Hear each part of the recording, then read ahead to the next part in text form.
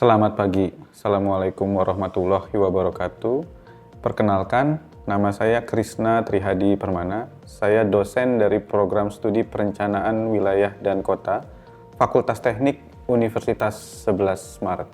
Tujuan dari dibuatnya video ini adalah dalam rangka pemenuhan dokumen pernyataan diri dosen untuk kerja Tridharma perguruan tinggi khususnya pada bagian pengajaran.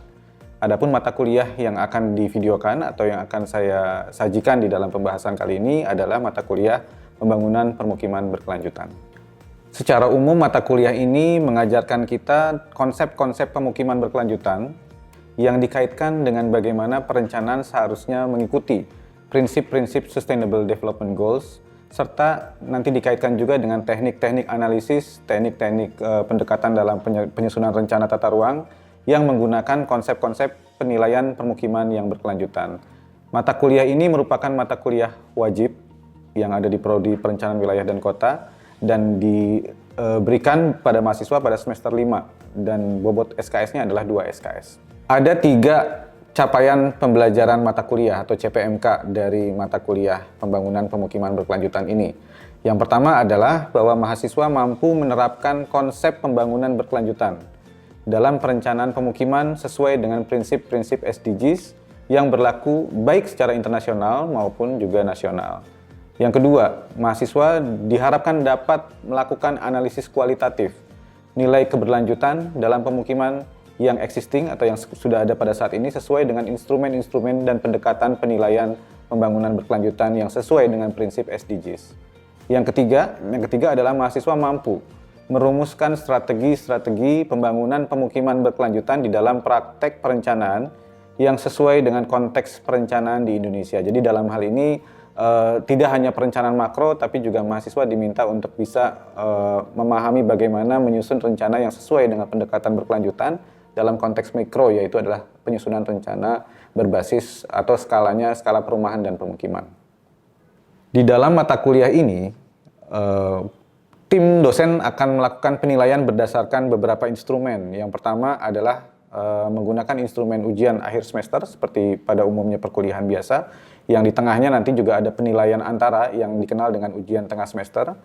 Kemudian juga nanti ada 2 pendekatan yang dikaitkan dengan pembelajaran pada saat ini, yaitu adalah pembelajaran berbasis mahasiswa atau student-centered learning, di mana bobot terbesar justru ada di dalam kedua penilaian ini, yaitu antara lain adalah aktivitas partisipatif atau case method, ini sekitar 40%, dan yang kedua adalah hasil project atau laporan yang disusun oleh mahasiswa di akhir perkuliahan yang dibentuk di dalam bentuk laporan dan presentasi, dan ini adalah team based project dengan nilai sekitar 35%. Dari 3 CPMK yang tadi disampaikan di dalam perkuliahan ini ada 14 pertemuan tatap muka dengan 2 pertemuan yang sebetulnya adalah ujian tengah semester dan ujian akhir semester. Jadi di sub CPMK yang pertama, di mana mahasiswa diharapkan mampu menerapkan konsep pembangunan berkelanjutan yang sesuai dengan prinsip SDGs, ini akan disajikan perkuliahan di dalam 6 kali pertemuan tatap muka. Kemudian yang kedua terkait dengan sub CPMK, di mana mahasiswa diharapkan dapat mampu melakukan analisis penilaian tingkat keberlanjutan di kawasan pemukiman dengan menggunakan instrumen yang kita berikan. Itu juga akan disampaikan ke dalam 6 pertemuan kemudian, yaitu dari pertemuan ke-7 sampai dengan pertemuan ke-12. Di antaranya nanti ada ujian tengah semester.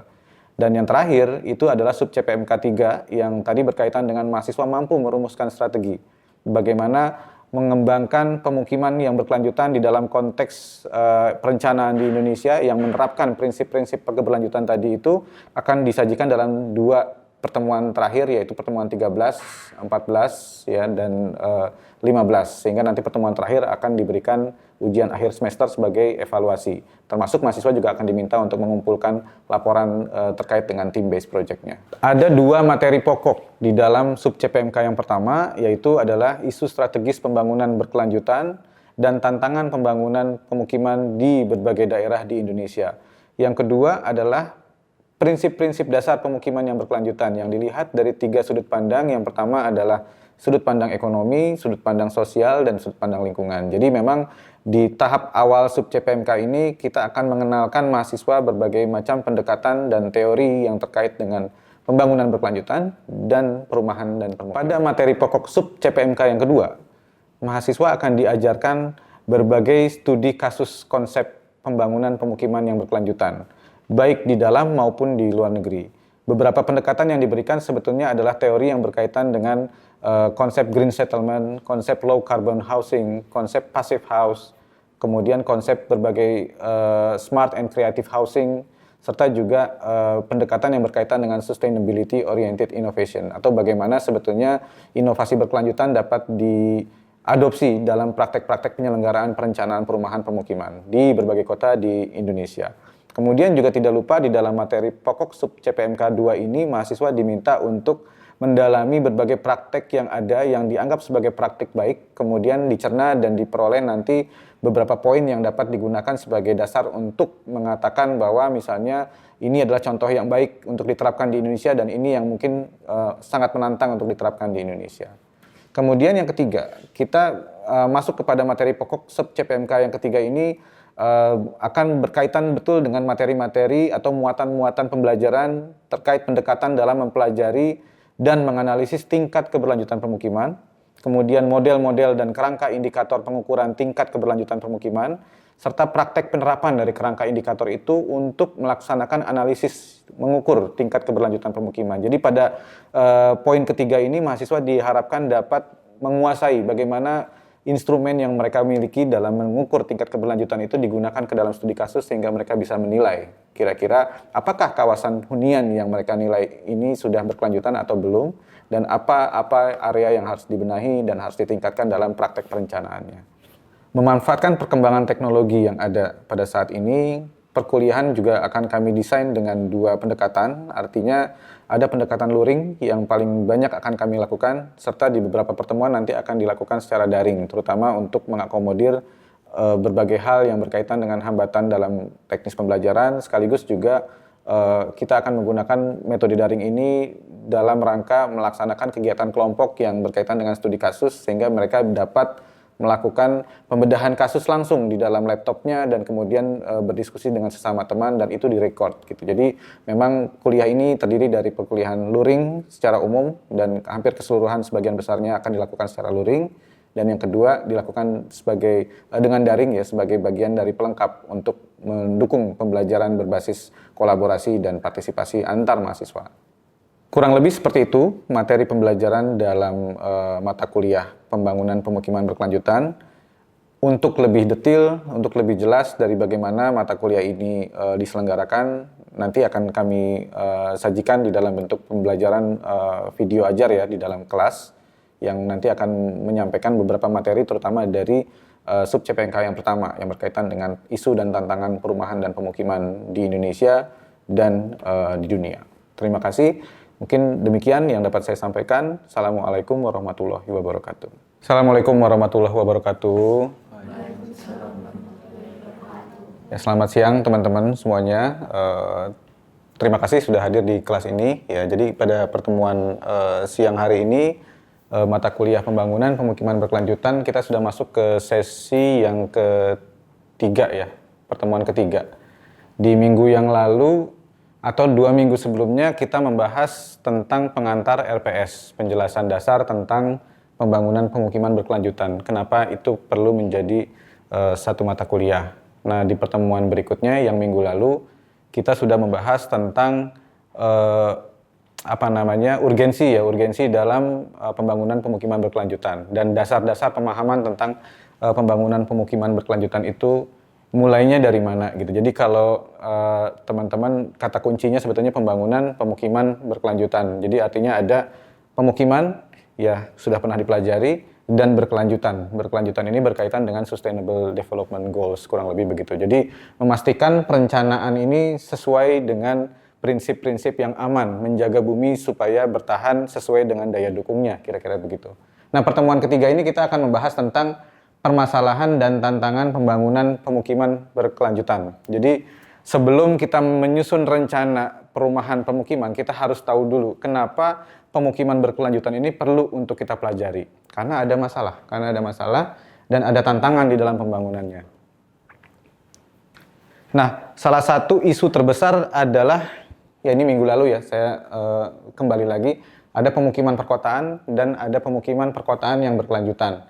Pemukiman perkotaan adalah bagian dari satu kawasan pemukiman yang cirinya adalah ciri perkotaan. Padat dan lain sebagainya, nanti kita bahas di slide berikutnya. Dan ini yang berkelanjutan artinya memenuhi kebutuhan sekarang tanpa mengorbankan pemenuhan kebutuhan generasi yang akan datang. Nah, kenapa kita mulai dari perkotaan?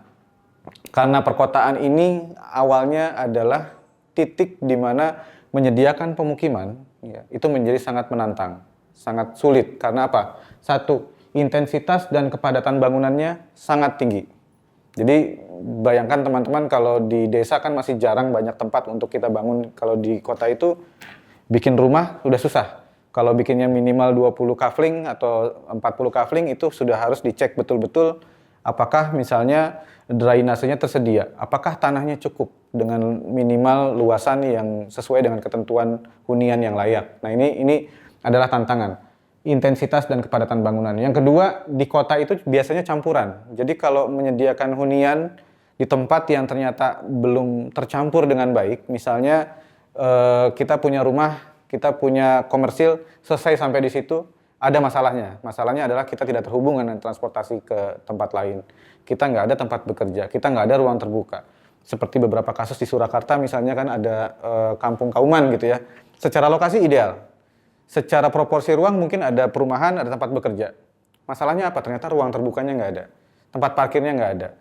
Nah, inilah salah satu pertimbangan ya. Jadi memang mixed use itu penting di dalam penyediaan perumahan yang berkelanjutan. Ketiga, perumahannya ini biasanya kalau di kota itu perumahan formal. Bedanya perumahan formal dengan perumahan tidak formal itu apa? Kalau tidak formal itu organik. Di pinggir jalan terbangun kaflingan-kaflingan, nggak ada seragam-seragamnya. Kalau yang formal itu biasanya berseragam. Zaman sekarang biasanya juga pakai klaster ya, istilahnya ada gerbangnya, ada satpamnya, ada sarana prasarana utilitas dan lain sebagainya dikelola di level kawasan. Nah, ini adalah perumahan formal. Kemudian juga adanya ruang terbuka hijau. Jadi salah satu persoalan yang mendasar dari penyediaan hunian itu adalah bagaimana ruang terbuka hijau ini harus tetap ada sesuai dengan proporsi yang ada di dalam skala standar kota gitu ya. Padahal kita butuh ruang untuk pembangunan gitu. Jadi memang ini agak-agak susah. Kayak tadi kita gambarkannya di Kauman. Kauman ini mau bikin ruang terbuka di mana gitu. Karena semuanya sudah padat di situ kan. Bikin pelebaran jalan aja udah nggak mungkin. Sehingga memang antara lain misalnya kita membuat dia menjadi vertikal, atau yang kedua opsinya adalah misalnya membuat taman-taman buatan yang mengkoordinir lebar-lebar sisa-sisa hunian orang, kafling orang lain. Jadi itu yang mungkin bisa dilakukan, tapi seminimal yang bisa dilakukan. Kemudian biasanya permukiman perkotaan juga dituntut untuk menyediakan infrastruktur dan fasilitas umum yang lengkap. Di saat jumlah orang yang ada itu sudah sangat banyak. Jadi kadang-kadang mau bikin rumah ibadah, mau bikin lagi udah nggak ada tempatnya, tapi orang yang sholat di tempat itu sudah melampaui. Jadi kadang-kadang kalau teman-teman pernah lihat di kampung-kampung kota itu, masjidnya itu kalau sholat Jumat, itu orangnya berudul keluar. Ya, jadi sholat di pinggir jalan. Itu adalah ciri-ciri dari kota yang sudah over capacity dalam skala kawasan. Transportasi, ya ini parkirnya susah dan lain sebagainya. Kemudian aktivitas ekonomi, perdagangan dan jasa, serta industri. Nah, ini yang harus ada juga. Jadi ini sebagai dasar pemikiran kenapa pemukiman yang berkelanjutan itu susah gitu disiapkan. Nah, saya masuk ke gambaran-gambaran ya. Jadi ini gambar ini menunjukkan populasi penduduk kota di tahun 2050 nanti itu akan sampai lebih dari populasi penduduk yang ada di desa. Sekarang kita ada di tahun 2000-an. Ini pun sudah hampir 50-50 gitu. Jadi trennya akan terus bergerak ke arah kota dan pedesaan akan ditinggalkan. Ditinggalkannya dalam bentuk apa? Yang pertama dalam bentuk orangnya berpindah, atau yang kedua desanya dimakan sama kota gitu. Jadi artinya ruang-ruang yang sebelumnya digunakan pertanian sudah dipakai perumahan. Itulah yang sering dilihat di urban sprawling dan lain sebagainya ya. Jadi itu gambarannya. Nah, kira-kira ini kota tuh kayak gini. Dan sekarang kita lihat di skala dunia ya. Di skala dunia ini ternyata di kota-kota, di negara-negara besar seperti di Amerika Serikat, di Meksiko, di Brazil, ini populasi kotanya sudah lebih dari 75% pada tahun 2050. Cina, India, bahkan Indonesia nih. Jadi hampir semua fenomena perkotaan berkembang itu terjadi. Yang sebelumnya hanya di beberapa negara seperti ini. Jadi ini adalah agenda besar dan isu yang berkaitan dengan tantangan perkotaan untuk penyediaan hunian berkelanjutan itu adalah satu, konversi lahan, kedua, ekspansi aktivitas ekonomi, dan yang ketiga, eksploitasi sumber daya alam. Karena orang kotanya jadi banyak, butuh makanan, butuh apa lagi? Bahan baku, ya, butuh buat ekonomi, akhirnya digali semua itu yang ada di sekitar kita. Jadi pernah lihat misalnya hutan di Tawangmangu tergerus oleh ekskavator gitu ya untuk ngumpulin pasir, batunya dibawa ke kota untuk pembangunan developer. Kedua, airnya seret karena udah disedot sama apartemen, disedot sama rumah sakit dan lain sebagainya. Banyak pertanian di Colomadu mulai berkurang karena dipakai buat dibangun perumahan. Jadi fenomena ini apakah akan terus begitu? Kalau terus begitu, bagus secara ekonomi, tapi nggak sehat secara lingkungan. Nah, persoalannya kenapa orang mau dan harus pindah ke kota? Jadi kadang-kadang persoalan kita di Indonesia ini dan di seluruh dunia, itu masalah perkotaan itu menyelesaikannya dengan cara mengintervensi ketika ada masalah. Padahal sebetulnya yang harus dipelajari adalah kenapa orang pindah dari desa ke kota. Beberapa pertimbangan. Pertama, misalnya kota ini dianggap memiliki daya tarik dalam bentuk kesempatan kerja yang lebih variatif daripada jadi petani atau pengebun ahli kebun gitu ya. Lebih baik mereka bekerja sebagai pedagang. Pendapatannya mungkin 2 kali lipat lebih besar. Ada harapan seperti itu sehingga kemudian ada dorongan kalau mau kaya, kalau mau berkembang, hiduplah ke kota gitu. Kedua, masalah lainnya adalah berkaitan dengan memang di kota infrastruktur lebih lengkap. Perguruan tinggi ada, ya kan? Kemudian SMA juga lebih baik. Itu tidak bisa dipungkiri. Di negara manapun polanya hampir sama. Jadi kalau menciptakan desa dan kota yang seimbang, seharusnya desa ini adalah desa yang dipersiapkan dengan baik. Bentuknya, kemudian kebutuhan dasarnya, dan lain sebagainya. Persoalannya adalah di kota juga ada keterbatasan dari sisi ruang, ada keterbatasan dari sisi sarana prasarana, dan pembiayaan dari pemerintah untuk menyediakan berbagai layanan yang dibutuhkan. Jadi ini tuh tarik ulur gitu ya. Jadi kadang di satu sisi orang pada datang ke kota, di sisi lain yang ada di kota mau ngebangun kotanya itu juga uangnya kurang, lahannya kurang. Nah, lantas bagaimana menciptakan suasana yang seimbang antar keduanya itu? Ini yang penting untuk dicermati. Jadi ada implikasi dari pemukiman perkotaan terhadap keberlanjutan yang bisa kita jelaskan menggunakan variabel-variabel ini. Nanti selama kuliah pertemuan keempat, kelima, dan seterusnya sampai yang ke-15, kita akan bahas setiap variabel-variabel ini. Jadi kalau kita mau melihat masalah pemukiman yang berkelanjutan, salah satu yang paling penting adalah aspek ekonomi. Apakah kota bisa menyediakan hunian-hunian di mana orang yang tinggal di dalamnya itu punya kesempatan bekerja yang baik, bisa sejahtera, bisa apalagi misalnya secara ekonomi tidak miskin lah, kira-kira begitu. Kedua, secara lingkungan, apakah udara yang dihirup oleh orang-orang yang tinggal di kota itu segar, sehat? Kedua, apakah misalnya ruang terbuka untuk kita berolahraga dan lain sebagainya tersedia? Apakah misalnya berkaitan juga dengan bencana alam? Ada bencana atau enggak?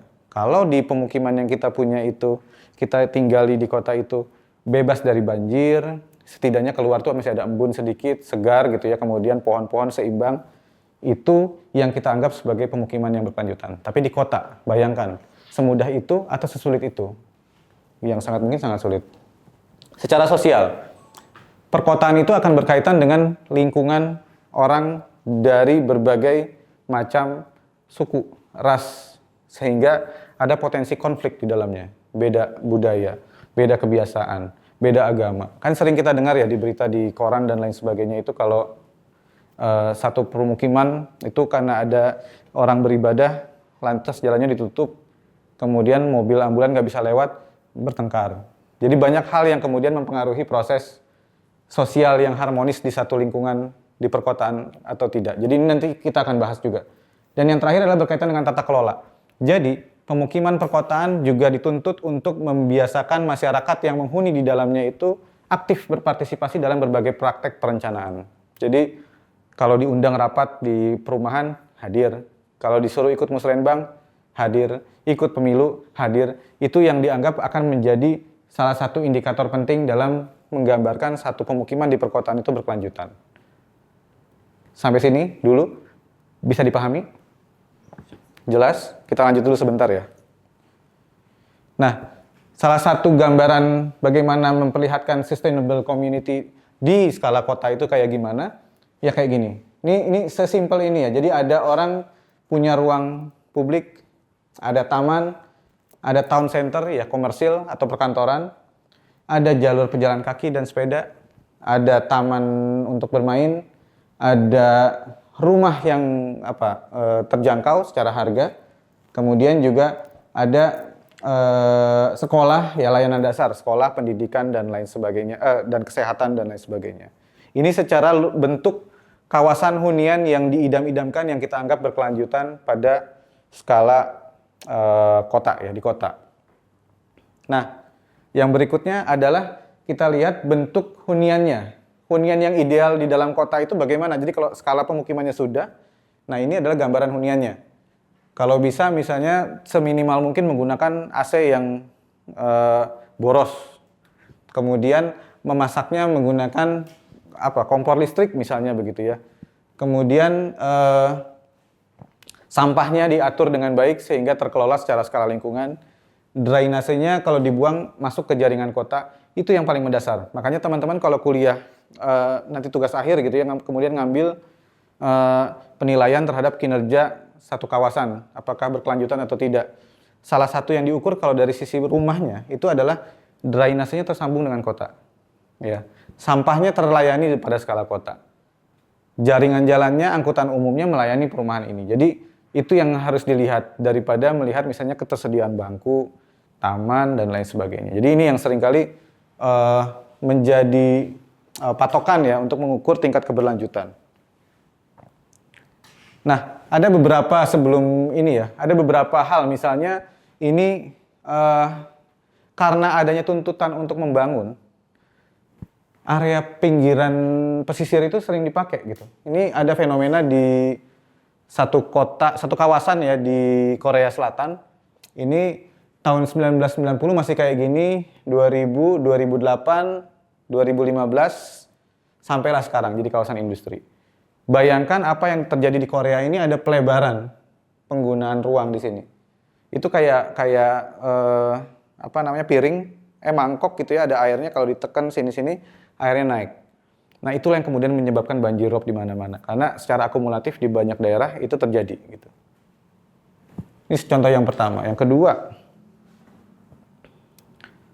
ini harganya rumah semakin mahal. Ini tadi saya katakan ya, ilustrasi. Kalau ini ditekan di sini, airnya naik. Nah, airnya naik. Di sisi yang lain, orang-orang ini menyedot air kan, buat kebutuhan mereka masak, buat kebutuhan MCK dan lain sebagainya. Air yang ada di permukaan berkurang. Di atasnya berat, jadi turun kan. Ketika ditekan tanahnya, ininya naik ke atas. Ini sesimpel ini menggambarkan salah satu penyebab terjadinya banjir rob, banjir, apalagi lah segala macam you name it. Itu banyak banget. Nah, ini terjadi di banyak kota dan salah satunya adalah di Hong Kong. Nah, karena Hong Kong tuh banyak apartemen-apartemen besar. Nah, bahkan apartemennya tuh gambarannya kayak gini nih. Ini kelas menengah Hong Kong nih. Kayak gini. Dan salah satu unitnya itu kalau kita potret nih. Pertanyaan saya ini berkelanjutan atau tidak? Silahkan. Ada tanggapan? Berkelanjutan atau tidak? Kalau dilihat dari gambar itu mungkin agak jauh ya Pak dari kata berkelanjutan. Karena terkesan bertumpuk dan agak kumuh gitu Pak. Iya. Ada pendapat lain? Apakah sehat misalnya memasak, mencuci, aktivitas toilet gitu ya? Mandinya saya nggak tahu di mana, menjemur baju. Apakah sehat? Enggak ya. Jadi memang ini salah satu potret dan ini ada ratusan orang lebih mungkin di sini di Hong Kong. Dan bayarannya kalau dikonversi ke dalam rupiah itu bisa sampai 10 juta per bulan. Kita lihat kasus yang lain. Ini pernah lihat? Ini jelas di negara kita kayaknya nih. Tipe-tipe ada sampah plastik ya kan? Ada sungai yang warnanya coklat. Ada gini. Ini menurut teman-teman berkelanjutan atau tidak? Ada pendapat?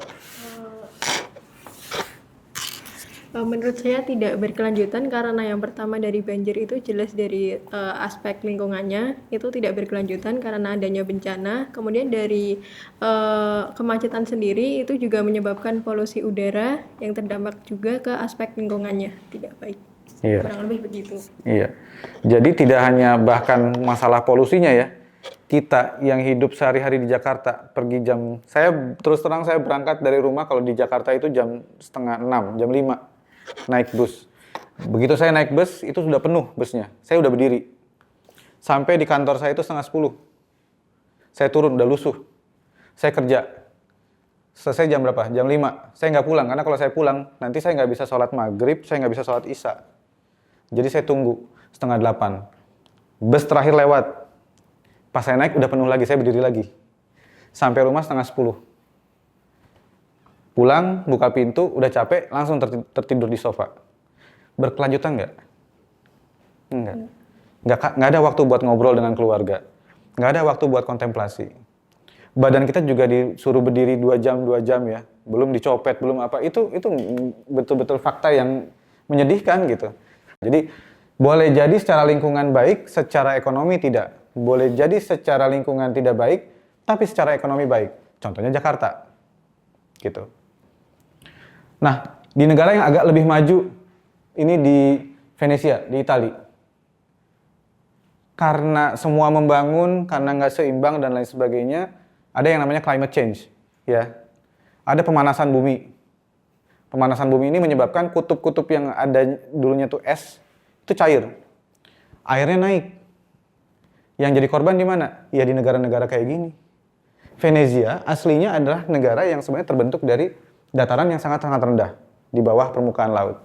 Lalu dibuat kayak kanal-kanal begini, ini tempat tinggal orang. Bayangkan sekarang dipakai kafe, dipakai wisata, turis hampir jutaan dalam 1 bulan. Ini kalau pakai bahasa logika sederhananya aja tuh orang pada berdiri itu ya berat gitu. Belum bangunan, belum segala macam. Akhirnya sekarang kita kaget. Wah, tiba-tiba kalau ke Venezia, misalnya Dima tiba-tiba dapat kesempatan kan biasanya ada kupon haji gitu ya, umroh, ini wisata ke Venezia gitu. Pas ke sana kok harus lepas sepatu karena tenggelam. Ya. Nah, itu yang terjadi. Banyak yang terjadi. Nah, mereka bikin ini sebenarnya. Alat untuk menutup supaya nggak terjadi banjir di daerah-daerah sini. Ini di Solo. Di Solo ini masalahnya adalah kampung batik, contoh ya, kampung produsen segala macam padat, tapi drainasenya belum rapi, kemudian masyarakatnya belum teredukasi dengan baik, tapi penataan dilakukan. Tujuannya adalah untuk meningkatkan kualitas. Tapi yang belum adalah ternyata menyediakan ruang terbuka hijau yang layak, parkiran yang layak. Terus ada tabrakan kebijakan antara mendorong heritage, tapi kalau sudah heritage nggak bisa lagi ditata bangunan rumahnya gitu. Jadi ini masalah yang dilema. Jadi kita sebagai perencana harus mengambil keputusan yang sangat sulit. Nggak mungkin kita hanya mengambil satu keputusan lalu semua pihak disukai, mendapatkan manfaat. Nggak. Mengambil satu pilihan, pasti kita akan dihadapkan pada tantangan yang lain. Tinggal kita bermain dengan proporsi itu. Ambil kasus misalnya ibu kota negara, IKN. Membangun IKN, ada pro-nya. Ekonomi naik mungkin saya nggak tahu. Tapi jeleknya apa? Lingkungan rusak. Uangnya nggak ada, dan lain sebagainya. Nah ini fenomena juga. Penataan kawasan heritage bisa jadi mempertahankan bangunannya supaya heritage, tapi sudah kumuh gitu. Drainasenya nggak ada. Mau ngebangun drainase nggak boleh karena terhambat oleh larangan di kawasan heritage untuk membangun itu. Gitu. Nah, pilih mana? Padahal heritage ini berperan untuk pariwisata. Jadi ngefek gitu, satu kebijakan kita itu akan ngefek ke banyak aspek yang lain. Nah inilah kenapa secara keseluruhan menyediakan hunian di perkotaan yang berkelanjutan itu susah banget karena memang dihadapkan pada tantangan pilihan masalah yang ada. Jadi kita hanya sekedar memilih masalah mana yang paling minimal yang mungkin bisa kita ambil selama kita menjabat menjadi wali kota, planner dan lain sebagainya gitu. Sampai sini ada pertanyaan? Pertemuan minggu depan harapannya kita akan membahas bagaimana satu persatu konsep itu bisa kita hadirkan untuk memberikan gambaran, merencanakan dengan baik seperti apa. Demikian kuliah kita hari ini. Saya tutup. Assalamualaikum warahmatullahi wabarakatuh.